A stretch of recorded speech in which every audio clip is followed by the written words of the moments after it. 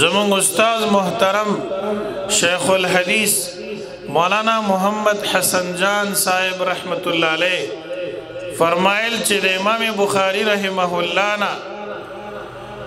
دا مبارک کتاب ډیرو عالمان ویلې ډیرو محدثینو ته ویلې په هغه شاګردانو د امام بخاری رحمه الله کې زنانه هم راغلي کریمه یو محدثه ده چې د هغې په نوم باندې باقاعده د امام بخاری د کتاب یو نسخه اوس هم په دنیا کې بعضې ملکونو کې موجوده ده دا د امام بخاری داسې حاضر باشه شاګرده پاتې شوې ده چې مکمل بخاری شریفي د امام بخاری رحمه الله نه ویلې دی او د دې نسخه هم بعضې ځایونو کې متداوله ده او موجوده ده لکه زموږ په وطن کې چې د امام فربري رحمه الله څنګه نسخه مونږ وایو فاطمه په دې نوم باندې یو فقیه تېره شوې ده د امام ابواللیث سمرقندي رحمت الله علیه لور وه دا دومره لویه عالمه فقیه وه چې په خپل دور کې ډېر سړي د دې علمیت ته حیران او دی جنۍ دا عزم کړی چې زه به د هغه هلک سره د هغه سړي سره نکاح کوم د چا د علم نه چې زه متاثره شم د گورنر او د والیانو د کورونو نه دې ته پیغامات د نکاح راغلي خو دې قبول کړي نو د دې والد ګرامی قدر یو کتاب ولیکه په فقه حنفي کې تحفة الفقهاء ورته وایي یو جز کې د بیروت نه چاپ شوی دی د فقه حنفي ښکلی کتاب دی دغه کتاب د هغه دور یو عالم ته په ګوتو ورغی د هغه عالم نوم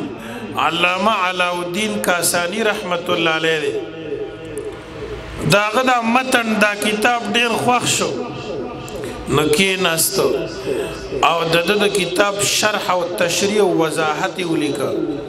شپږو ضخیمو جلدونو کې دا کتاب چې کله مصنف د تحفة الفقهاء ته ورسېد فقیه ابواللیث رحمت الله علیه ته نو هغه ډېر خوشحاله شو چې د خو زما د کتاب ډېر لوی خدمت وکړو او دومره ژور علمیت والا سړی نو دا کتاب کور ته راوړه او خپل لور فاطمه بیبي ته وښوده چې داسې خلک هم په دنیا کې شته چې داسې وسیع نظر لري دومره لوی علم لري هغه جنۍ عالمه وه هغې دا کتاب کته کته انتهایی متاثره شوه پلار ته وی که ما چاله ته ورکې نو زما دا سړی په معیار پوره دی نو تر دې پورې چې دا جنۍ د هغه د علم نه متاثره شوه او د دې دواړو نکاح وشوه دغه کاسانی صاحب رحمت الله علیه چې کوم کتاب لیکلی بدایع الصنایع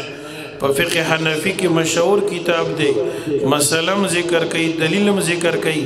او د فقه د جزیاتو علل هم ذکر کوي زمونږ د مذهب حنفي نامور عالم علامه ابن عابدین شامی رحمه الله رد المحتار اول جز کې لیکلی دي لم ار لاصحابنا مثله ډېر ښه کتاب یې لیکلی دی داسې ښه کتاب یې لیکلی چې زموږ په فقهاو کې چې کوم کتابونه لیکلی شوي دي ما داسې ښه کتاب نه دی لیدلی زما نظر لاندې نه دی راغلی نو دغه کتاب باره کې راغلی دي چې شرح تحفته وتزوج ابنته د کتاب شرح یې وکړله هغه شرح مهر جوړ شو او بیا د جنۍ سره نکاح وکړله علما وایي دغه سخر او زوم او د کور والا دی به یو ځای بیا فتوا نویسیم کوله فتوا به یې ورکوله دا کومه مسله به چې دی درې واړو ولیکله نو هغې مسلې ته به په هغه دور کې علماو ډېر په احترام سره کتل ډېر د ادب په نظر به یې ورته کته او په دې فتوا باندې به د دې درې واړو دستخطې وي دا د زنانو علمي مقام دی نن زمونږ او ستاسو په دور کې مونږ او تاسو سړي هلکان او ډېر ځوانان دومره د دین نه لري چې د خپل منځه الفاظ صحیح نه ورځي عقیده بنیادی خبرې خو ډېرې اهمې دي او جنازه او منځ او د هغې نه علاوه د کلمې الفاظ نه ورځي دغه شانتې د دې نه ابتر او ډېر کمزوری حالت د زنانو هم دی دا یاد ساتئ څنګه چې په الک باندې دیني سبق وی داسې به په جینۍ باندې وی څنګه چې الک ته لیکل ښې ضروري خط و کتابت ورته ښې نو دغه شانتې دا ړومبی لیول والا عصري تعلیم چې دا کله پرده کې کوي نو دا د زنانو دپاره هم جواز لري زه ستاسو خدمت کې ګزارش کوم چې خپل کورونه خپل بچي مونږ دینداره کول غواړو نو مونږ به زنانو ته خصوصي توجه کوو